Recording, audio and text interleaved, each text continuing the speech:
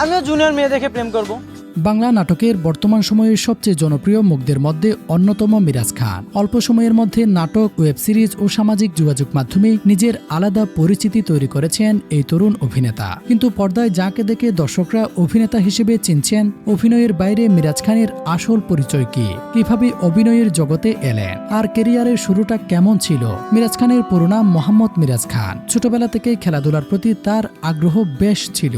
বিশেষ করে ক্রিকেটার হওয়ার স্বপ্ন দেখতেন তিনি। কিন্তু সময়ের সঙ্গে সে স্বপ্নের পর বদলে যায় অনেক কিছু।